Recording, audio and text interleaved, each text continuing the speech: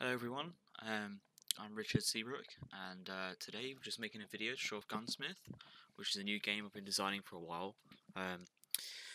Basically, I'm just going to run through some bits, so let's get straight into it. These are some sketches that I've just been doing over the last couple of weeks, really, just like UI, gameplay. It's been quite a long process thinking about exactly what I want to put in the game. And how it's going to work. This is all very rough stuff, but it's all sketched out, so I thought I'd put it in. Feel free to pause it and check it out if you want to.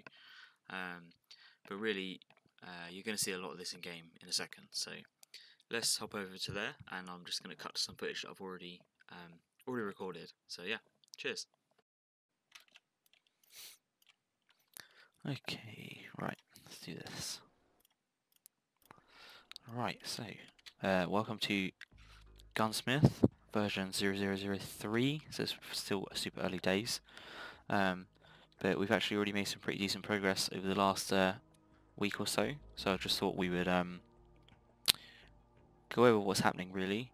This is our first production line. The first video that we showed on the game, there was not really any kind of like structure, it was just placing items, but now we actually have a full production line of our first item.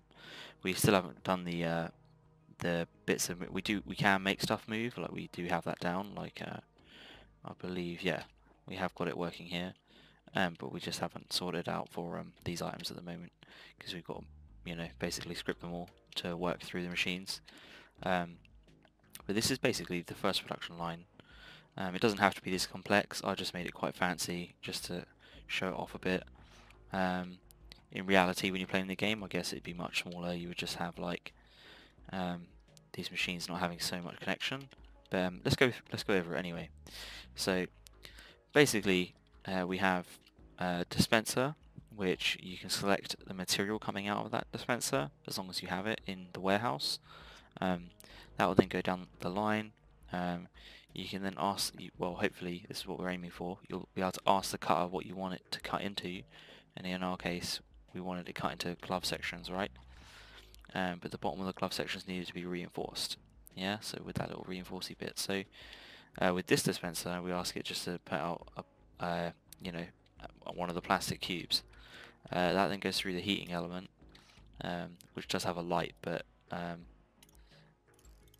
yeah, that's what it should look like. But I just placed it in the manually in the editor, so it hasn't turned the light on.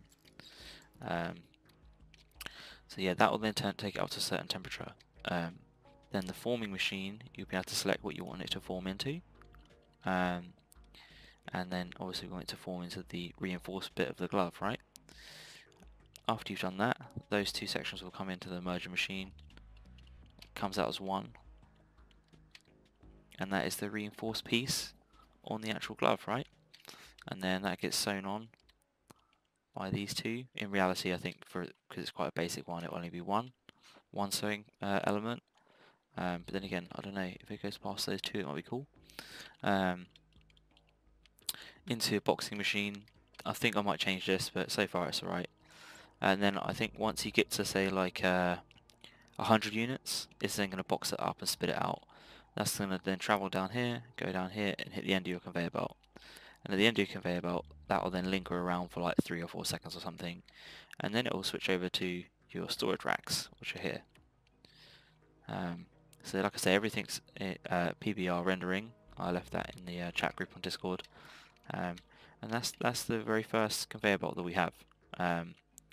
So it's just a matter of time until we get that working properly, and that will replenish your cache. These will periodically sell. The boxes will random generator between every 20 seconds or something, and that's it.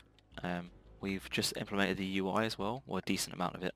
So we've got the dollars up here, and then we have a thing called IDC, which is just the design that I've put in, which is it stands for indirect death count. So say for example you make a machine gun and you make 400 rounds of ammo, and then you sell that machine gun. Everyone that dies as a result of that gun being fired will go into your indirect death count. That will be the case for everything you make. So if someone gets strangled to death and they've got these gloves on, I presume will probably give you another kill for that in the death count, basically. So that number's going to keep stacking up, and you're going to get we will work something out with it, but I think there should be some kind of repercussions for it. But I think it's a good mechanic. We've got all the placements sorted out. So these are our items at the moment. Pretty cool. These will light stuff up that's close to them as well, which is nice.